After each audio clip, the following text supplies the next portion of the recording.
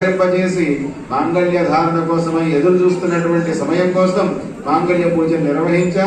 ఇప్పుడు చక్కగా మాంగళ్య ధారణ నిర్వహించి తర్వాత సమస్తమైన సౌభాగ్యాలు, ధనధాన్యాలు, ఐశ్వర్యాలు, కామ్యాలు, ఇష్టాలు, నష్టాలు, కష్టాలు అన్ని కూడా తొలగిపోయి చక్కటి సంపదలు కలగాలి అని చెప్పి మాంగళ్య ధారణ తర్వాత అక్షతారోపణం చేసుకుని స్వామికి మహామంగళ హారతి ఇచ్చి మన చూపుల్లో ఉండేటువంటి దృష్టి దోషాలు భగవంతుడికి తగలకుండా ఆయనకి మంగళం కలుగుగాక, జగద్రక్షకుడికి చక్కటి రక్ష కలుగుగాక అని చెప్పి ఆ స్వామికి మంగళహారతిని సమర్పించి చక్కగా అందరూ తీర్థప్రసాదాలు తీసుకుని భోజనాలు కూడా సమయమైంది కాబట్టి మనం త్వరగా ఆ వైపు పరుగులు పెడతాం.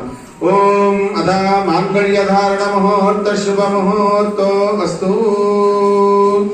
ఓం అందరూ కూడా చెప్పండి. మాంగళ్యం తంతునా అనేన లోకరక్షక హేతునా కంఠే బధ్నామి శుభగే సాజీవ శరదాం శతం. ఓం